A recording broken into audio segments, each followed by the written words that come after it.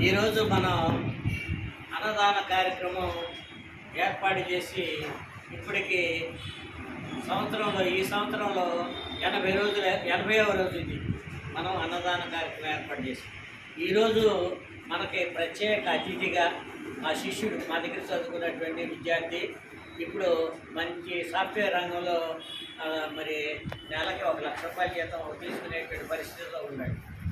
వీళ్ళ నాన్న కూడా నా దగ్గర చదువుకున్నాడు. ఈ అబ్బాయి కట్టెంపూడి రాజేష్.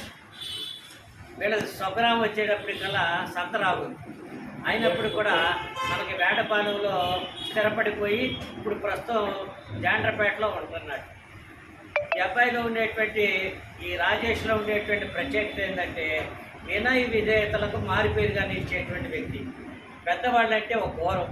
అందువల్లే వాళ్ళ నాన్న యొక్క క్రమశిక్షణని ఈ రాజేష్ పుడికి పుచ్చుకొని ఈ కులాడు సాఫ్ట్వేర్ రంగంలో రాణిస్తూ ఒక ఉన్నతమైనటువంటి స్థాయికి వచ్చాడని చెప్పడంలో ఏమాత్రం ఆసక్తి లేదు.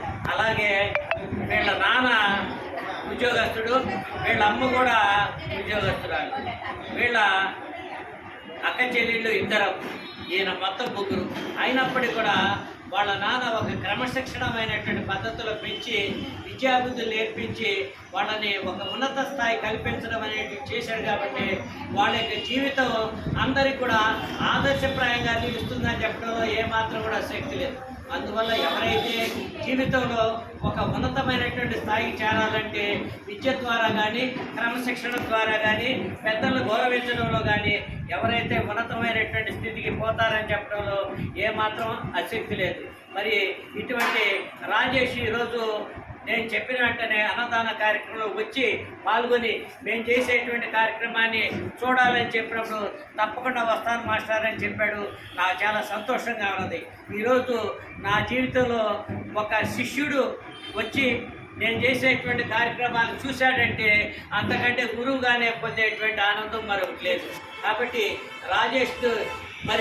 రాజేష్ కానీ వాళ్ళ కుటుంబ సభ్యులు కానీ ఉన్నతమైన స్థితికి ఇంకా ఎదగాలని మనస్ఫూర్తిగా మన గంగాపురం సమేత నాగలింగేశ్వర స్వామిని కోరుకుంటూ నాకు ఈ అవకాశం ఇచ్చినటువంటి మీ అందరూ కూడా ధన్యవాదాలు తెలియజేస్తూ రాజేష్ని 2 మాటలు మాట్లాడవలసిందిగా కోరుతున్నాను.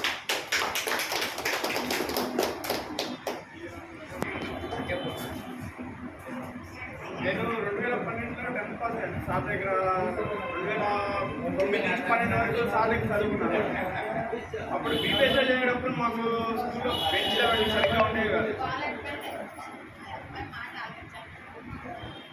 వేడవరం బండబాబాయ్ స్కూల్లో ఉన్నప్పుడు బెంచెస్ సార్స్కి చైర్స్ అవన్నీ సరిగ్గా ఉండేవి కాదు. సార్ గంటలో ఉన్నప్పుడు స్కూల్ మొత్తానికి చేశారు. అప్పుడు ఇప్పుడు స్టూడెంట్స్ ఏమైతే వాడుతున్నారు చైర్స్ కానీ అవన్నీ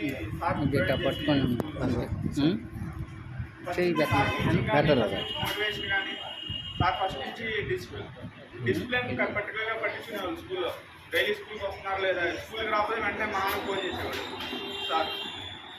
ఇలా సార్ ఫస్ట్ నుంచి అన్ని క్రమశిక్షణగా పెట్టడం వల్లే మేము ఈ పొజిషన్లో ఉన్నాం ఈరోజు.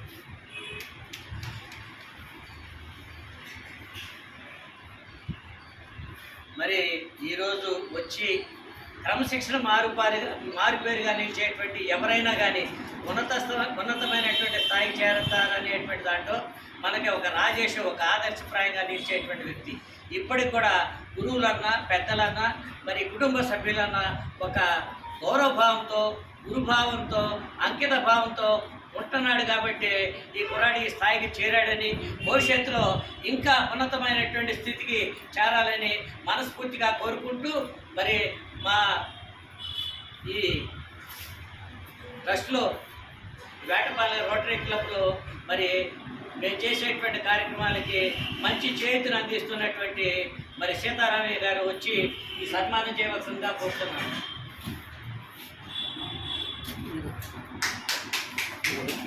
అందరూ కూడా